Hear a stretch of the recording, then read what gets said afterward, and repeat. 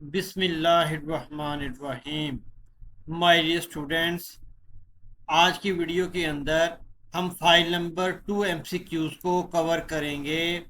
और इस फाइल के अंदर जो मैंने चैप्टर्स इंक्लूड किए हैं वो है चैप्टर नंबर 3 और 4।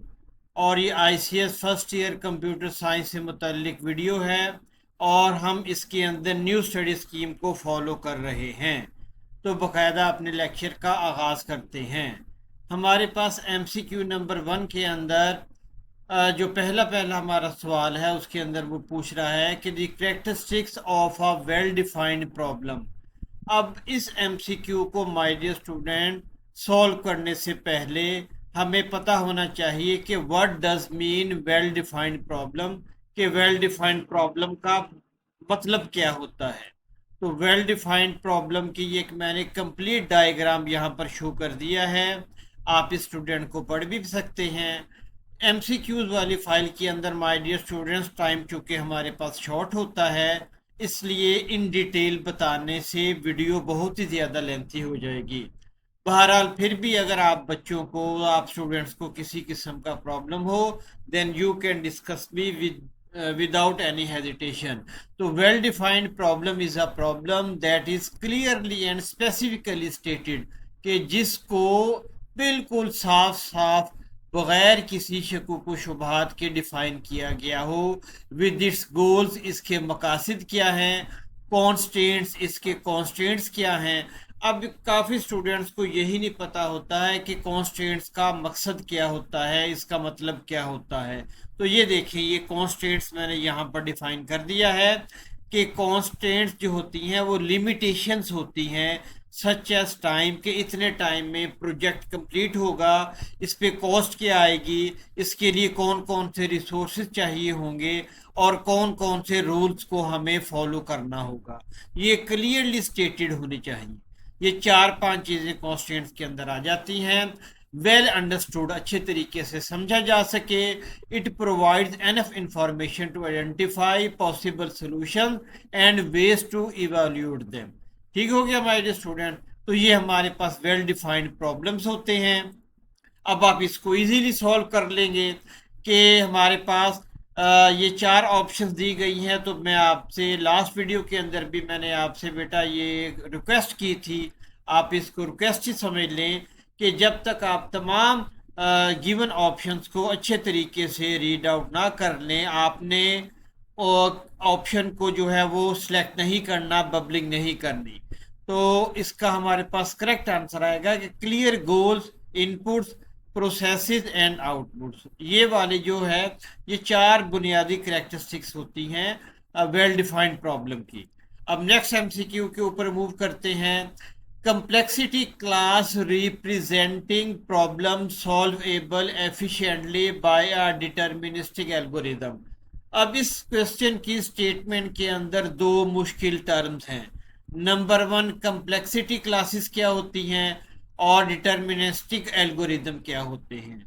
इन दोनों को पहले देख लेते हैं। ये देखें, a complexity class means a group of problems that tells how easy or hard they are for a computer to solve. जो ग्रुप ऑफ प्रॉब्लम्स होती हैं वो बताते हैं कि कितना आसान है या मुश्किल है किसी कंप्यूटर के लिए किसी प्रॉब्लम को सॉल्व करना। इसकी डेली लाइफ एग्जांपल देख लेते हैं, आप इसको बिल्कुल इजीली इंशाल्लाह अंडरस्टैंड कर जाएंगे। इमेजिन 3 वेज टू ट्रैवल, के ट्रैवल कोई शख्स करना चाह रहा है, उसके 3 तरीके हैं। या तो पैदल चल के जाए, ये काम बहुत ही ज़्यादा स्लो होगा। वो बाइक पे जा सकता है, इसके अंदर उसकी स्पीड मीडियम हो जाएगी। और तीसरे नंबर पे वो कार का यूज कर सकता है, इस तरीके से उसकी स्पीड काफी तेज हो जाएगी। और ये 3 डिफरेंट क्लासेस हैं ट्रैवल करने के लिए। सिमिलरली इन कंप्यूटर, इसी तरीके से कंप्यूटर्स के अंदर some problems are easy and solve quickly. कुछ प्रॉब्लम्स होते हैं जो कि आसानी से हल किए जा सकते हैं और बड़ी तेजी के साथ हल किए जा सकते हैं। और कुछ प्रॉब्लम्स होते हैं जिनके लिए हमें काफ़ी ज़्यादा टाइम चाहिए। और कुछ प्रॉब्लम्स होते हैं जिनके लिए बहुत ही ज़्यादा टाइम चाहिए, उनको हल करना मुश्किल होता है, और इनको हम कहते हैं कम्प्लेक्सिटी क्लासेस। उम्मीद है आपको इसकी समझ आ गई होगी। अब नेक्स्ट हमारे पास माय डियर स्टूडेंट्स दूसरी मुश्किल टर्म इसके अंदर हमारे पास डिटर्मिनिस्टिक एल्गोरिदम की है। डिटर्मिनिस्टिक एल्गोरिदम का मतलब क्या होता है, देखें। Deterministic algorithm is an algorithm that always follows the same steps and gives the same output for the same input everyone। यानी कि इसके अंदर स्टेप सेम होते हैं और सेम आउटपुट होती है और सेम इनपुट होती है, बिल्कुल सिंपल। इसकी एक और इजी डेफिनेशन को देख लेते हैं। A deterministic algorithm works in a fixed and predictable way. Predictable way का मतलब होता है जिसकी हम पहले से पेशेनगोई कर लें, जिसके बारे में अंदाजा लगा लें। अब इसकी एग्जांपल देख लें। Daily life example, tea making process. If you make tea by following these exact steps: number 1 boil water, number 2 add tea leaves, number 3 add sugars, number 4 add milk, number 5 pour into cup. Pour into cup का मतलब है कि cup के अंदर डाल देना। ये T को बनाने के लिए 5 स्टेप्स को फॉलो किया जाता है, और आपने जब भी टी बनानी होगी ये पांचों के पांचों स्टेप्स जो हैं ये हम लाजमी तौर पर फॉलो करेंगे, यानी सेम स्टेप्स होंगे और सेम प्रोसीजर होगा और सेम हमारे पास आउटपुट होगी। उम्मीद है आपको डिटर्मिनिस्टिक एल्गोरिदम की समझ आ गई होगी। Every time you follow the same steps with the same ingredients the tea will taste almost the same. This is called the deterministic algorithm because the steps are fixed, the result is predictable, same input gives same output। अब इसकी computer के लिहाज से example देख लें। एक calculator adding 5 + 3 8। तो आप हर दफ़ा जब भी 5 + 3 करेंगे तो हमारे पास जवाब 8 ही आएगा। ठीक है माय डियर स्टूडेंट, उम्मीद करता हूं कि आपको डिटर्मिनिस्टिक एल्गोरिदम के बारे में अच्छी तरीके से कंसेप्ट क्लियर हो गया होगा। तो इसका करेक्ट आंसर हमारे पास है पी, पॉलिनोमियल टाइम, यानी फिक्स टाइम के अंदर हम इनको सॉल्व कर सकते हैं। अब नेक्स्ट माय डियर स्टूडेंट्स हमारे पास MCQ number 3, the statement that applies to unsolvable problem. What does mean unsolvable problem with respect to the computer? इसको भी समझना जरूरी है। An unsolvable problem is a problem for which a computer cannot find a solution। Unsolvable problem एक ऐसा problem होता है जिसके लिए कंप्यूटर, जिसके बारे में कंप्यूटर सोल्यूशन फाइंड नहीं कर सकता। Even it works for a very long time, बेशक इस पे बहुत ही ज़्यादा देर तक काम क्यों ना किया जाए।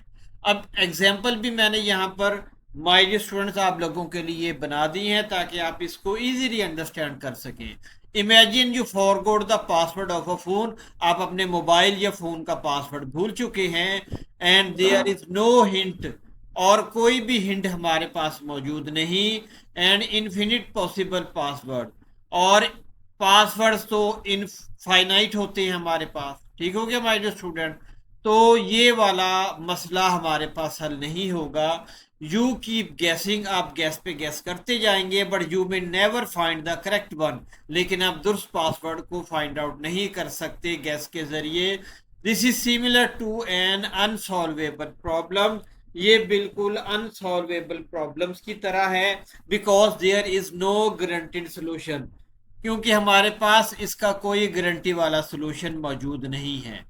आपको इसकी समझ आ गई होगी माय डियर स्टूडेंट। तो इसका करेक्ट आंसर हमारे पास क्या है?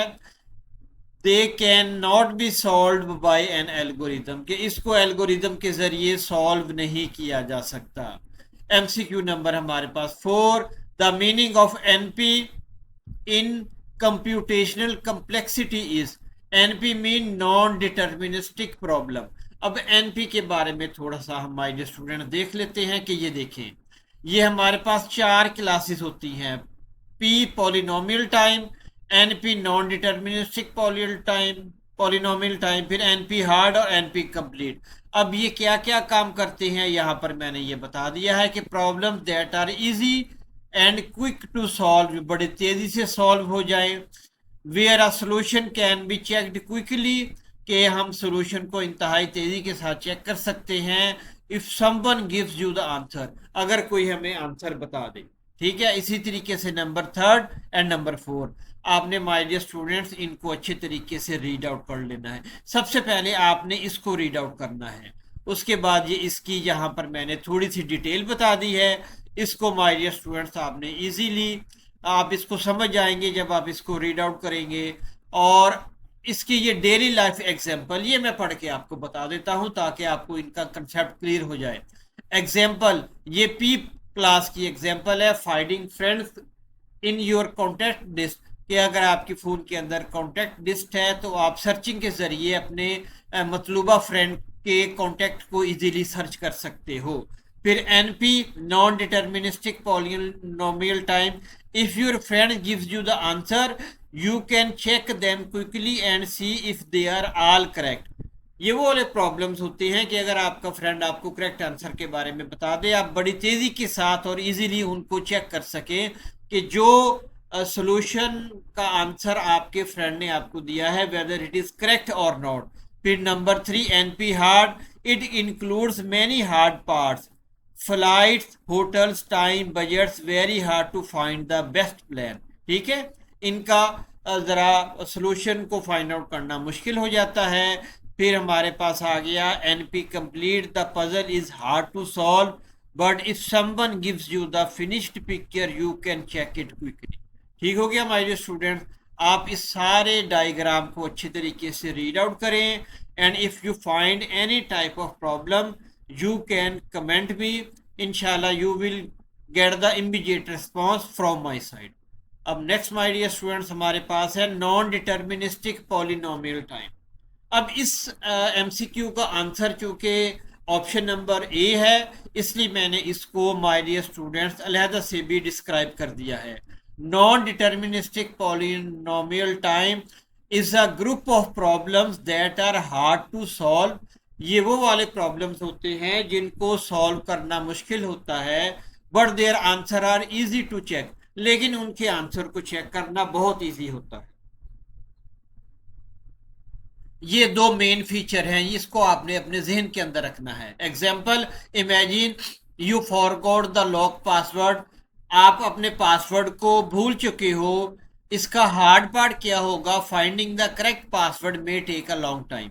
इसका जो करेक्ट पासवर्ड है माय डियर स्टूडेंट उसको ढूंढना बड़ा मुश्किल काम हो जाएगा। आप कितने गेस लगा लोगे, 1 2 3 4 5 एंड सो ऑन।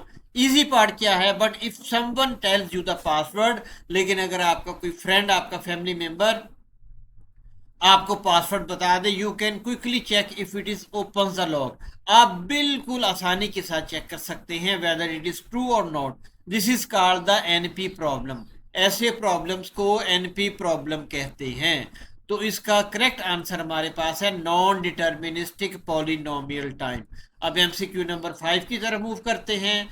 अब ये सॉर्ट एल्गोरिदम, ये 4 तरह के सॉर्ट एल्गोरिदम्स आमतौर पर होते हैं जो आपके कोर्स के अंदर शामिल हैं। अब आपने इसको अच्छे तरीके से याद कर लेना है माय डियर स्टूडेंट, कि bubble sort, insertion sort, merge sort और क्विक सॉर्ट, और इनके काम क्या हैं, ये किस तरीके से काम करते हैं, आपने इनको भी याद कर लेना है। ये शॉर्ट क्वेश्चन के अंदर भी आपको काम आ सकते हैं। और ये स्पीड को लाजमी याद करना है। बबल सॉर्ट की स्पीड स्लो होती है स्मॉल लिस्ट के लिए, इंसर्शन सॉर्ट की स्पीड मीडियम होती है स्मॉल सॉर्टेड डेटा के लिए, मर्ज सॉर्ट की स्पीड फास्ट होती है लार्ज डेटा सेट के लिए, और क्विक सॉर्ट की स्पीड बहुत ही फास्ट होती है लार्ज डेटा सेट के लिए। ये जो दो इसके एट्रीब्यूट्स हैं ना, दो फीचर, स्पीड और बेस्ट यूज, इसको आपने लाजमी याद कर लेना है। अब वापस आते हैं हम। अब तो सॉर्ट एल्गोरिदम मोर एफिशिएंट, बहुत तेज होते हैं फॉर लार्ज डेटा सेट, अभी हमने पढ़ा, तो इसका करेक्ट आंसर हमारे पास होगा क्विक सॉर्ट। उसके बाद my dear students MCQ number 6, a scenario where dynamic programming proves most useful. तो माय डियर स्टूडेंट्स हमारे पास डायनामिक प्रोग्रामिंग क्या होती है, अब इसके बारे में अगर मैं वीडियो बनाऊं तो एक कंप्लीट वीडियो बन सकती है, लेकिन हमारे पास टाइम शॉर्ट है तो dynamic programming that solves complex problems by breaking them into simple sub problems, solving each sub problem just once and storing their result. उम्मीद है आपको समझ आ गई होगी। डायनामिक प्रोग्रामिंग एक ऐसी प्रोग्रामिंग की टेक्निक है जिसके अंदर हम बड़े प्रॉब्लम को छोटे छोटे प्रॉब्लम्स के अंदर डिवाइड कर लेते हैं और फिर रेस्पेक्टिवली हर प्रॉब्लम को सॉल्व करते हैं।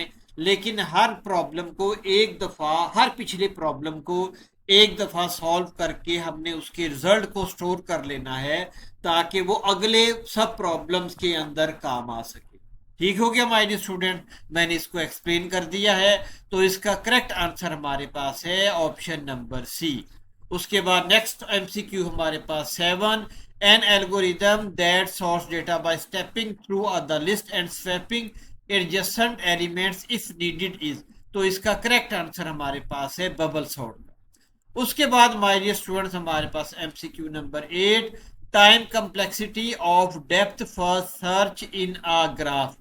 डेप्थ फर्स्ट सर्च के अंदर जो टाइम कम्प्लेक्सिटी है, यानी किसी एल्गोरिदम को कंप्लीटली एग्जीक्यूट करने का जो टाइम है, डेप्थ फर्स्ट सर्च हमारे पास एक ऐसा एल्गोरिदम है जो ग्राफ डेटा स्ट्रक्चर के अंदर मुख्तलिफ आइटम्स को सर्च आउट करने के इस्तेमाल होता है। तो इसका करेक्ट आंसर हमारे पास है O into V plus C. V stand for vertices and E stand for edges. उसके बाद माय डियर स्टूडेंट्स हमारे पास है best description of time complexity. ये मैंने प्रीवियस स्लाइड के अंदर भी आपको इसके बारे में बताया। यहाँ पर भी देखने के टाइम कम्प्लेक्सिटी का मतलब क्या होता है। टाइम कम्प्लेक्सिटी, ये देखिए, time complexity tells us how much time a program or algorithm needs to solve a problem, कि कितना टाइम चाहिए किसी प्रोग्राम या एल्गोरिदम को सॉल्व होने के लिए। ठीक है my dear student. Imagine searching for a name in a notebook. एक नोटबुक आपके पास है जिसके अंदर आपके मुख्तलिफ दोस्तों के नाम लिखे हुए हैं, उनके कॉन्टेक्ट नंबर लिखे हुए हैं और आप उनको सर्च आउट करना चाहते हैं। अगर 10 नेम्स होंगे तो टाइम कम लगेगा, अगर हमारे पास 10,000 नेम्स होंगे तो टाइम ज़्यादा लगेगा। ठीक हो गया माय डियर स्टूडेंट। इस टेक्निक को कहते हैं टाइम कम्प्लेक्सिटी। तो इसके अंदर हमारे पास जो करेक्ट आंसर है वो answer number B, time taken as a function of input size. उसके बाद एमसीक्यू नंबर 10 आ गया हमारे पास। तो ये ओ एन लॉग एन का मतलब क्या है। An algorithm with the time complexity of O into N log N. ये देखिए, O into n log n means an algorithm works very efficiently by dividing large problems into smaller parts। और ये वाली technique किस algorithm के अंदर, कौन से सॉर्टिंग एल्गोरिदम के अंदर इस्तेमाल होती है। मर्ज सॉर्ट के अंदर इस्तेमाल होती है। 2 स्लाइड्स पहले मैंने आपको ये चीज़ डिटेल से मेंशन कर दी है माय डियर। उसके बाद माय डियर स्टूडेंट्स हमारे पास चैप्टर नंबर 4 का MCQ number 1, the function use to add an item at the end of the list in Python. Python के अंदर जो लिस्ट डेटा स्ट्रक्चर है, इसके अंदर कौन सा फंक्शन इस्तेमाल होता है eight the end of the list, list के एंड पे आइटम को इंसर्ट करने के लिए। देखिए ये हमारे पास लिस्ट आ गई है, 1 2 3 3 आइटम मौजूद है। हमने एंड पे आइटम को इंसर्ट करना है तो उसके लिए अपेंड फंक्शन इस्तेमाल करेंगे। ठीक है माय डियर। अपेंड 4 किया, देखिए यहाँ पर 3 था, अब यहाँ पर 4 आ गया, यानी कि ये लिस्ट के एंड पे इंसर्ट हो गया। तो इसका करेक्ट आंसर हमारे पास है आंसर नंबर बी। उसके बाद माय डियर स्टूडेंट्स हमारे पास है चैप्टर नंबर 4 का एमसीक्यू नंबर 2 कि the purpose of the in keyword used with the Python, कि पाइथन के अंदर जो इन कीवर्ड होता है उसका क्या मकसद होता है। तो ये चेक करता है कि कोई आइटम लिस्ट के अंदर एग्जिस्ट कर रहा है या नहीं। तो इसका करेक्ट आंसर हमारे पास सी होगा। उसके बाद एमसीक्यू नंबर 3 कि जो हमारे पास स्टैक के अंदर रिमूव ऑपरेशन करने के लिए कौन सा रिमूव करने के लिए कौन से ऑपरेशन को इस्तेमाल किया जाता है। तो ये मैंने तीनों मेन ऑपरेशंस को यहाँ पर बता दिया है। देखिए जो हमारे पास पुश ऑपरेशन है स्टैक के अंदर, वो डेटा को ऐड करने के लिए और डेटा को रिमूव करने के लिए पॉप ऑपरेशन, और हमारे पास जो टॉप पे एलिमेंट होता है उसकी वैल्यू को फाइंड आउट करने के लिए पीक एलिमेंट का इस्तेमाल किया जाता है। ठीक है माय डियर स्टूडेंट। तो इसका करेक्ट आंसर हमारे पास है पॉप। ये pop operation is used to remove an item from the top of the stack. उसके बाद माय डियर स्टूडेंट्स हमारे पास एमसीक्यू नंबर 4 के the operation use to add an item to a queue. Queue के अंदर item को add करने के लिए कौन सा ऑपरेशन इस्तेमाल किया जाता है? तो ये हमारे पास क्यू है। क्यू के बारे में आपको पता ही होगा कि ये कोई हमारे पास अगर रेलवे के अंदर हम टिकट खरीदने चाहते हैं, ये काउंटर है, तो ये पहला पर्सन है, ये दूसरा, ये तीसरा, ये चौथा, ये पांचवा। ठीक है, जो सबसे पहले आएगा वो टिकट लेके सबसे पहले लाइन से एग्जिट कर जाएगा। ठीक है, इसको कहते हैं डी क्यू। और जो नया पर्सन आएगा माय डियर स्टूडेंट, वो लाइन के एंड में आएगा, यानी कि यहां से डेटा इंसर्ट होगा रियर से, इसको कहते हैं एन क्यू। तो ये कंसेप्ट आपको इसका क्लियर हो गया होगा। तो इसका करेक्ट आंसर हमारे पास है एन क्यू। उसके बाद माय डियर स्टूडेंट हमारे पास MCQ number 5, the true statement about the height of a tree. ये जो ट्री की हाइट होती है उसका मतलब क्या है? Tree is a data structure. ये हमारे पास ट्री आ गया होगा। अब my dear student, number of edges from the root to the deepest node. ठीक है, ये एजेस को आपने काउंट कर लेना है।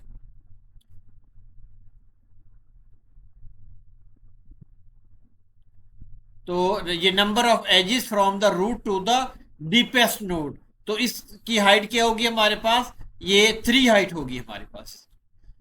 ठीक हो गया माय डियर स्टूडेंट। इसी तरीके से अब हम आगे मूव करते हैं। नेक्स्ट मूव करते हैं कि scenario where a graph data structure is most suitable. कि ग्राफ डेटा स्ट्रक्चर कहाँ पे मोस्ट सूटेबल होता है? देखिए, ये हमारे पास ग्राफ डेटा स्ट्रक्चर आ गया, ये हमारे पास वर्टिसेस आ गई, और यहाँ पे हमारे पास माय डियर स्टूडेंट्स एजेस आ गई हैं। अब आप देखिए, एक और मैंने यहाँ पे डायग्राम बनाया, ये देखिए, ये सोशल नेटवर्क। तो सोशल नेटवर्क के अंदर हमारे पास जो ग्राफ डेटा स्ट्रक्चर है वो बहुत ज़्यादा सूटेबल होता है। ठीक है माय डियर स्टूडेंट। तो इसका करेक्ट आंसर हमारे पास क्या आ गया? Representing connection in a social network. उसके बाद माय डियर स्टूडेंट, ये हमारा लेक्चर कंप्लीट हो गया। तो आप बच्चों के लिए दुआ है कि अल्लाह तबारक व तआला आप तमाम स्टूडेंट्स को अच्छे नंबरों से कामयाब फरमा दे। आमीन।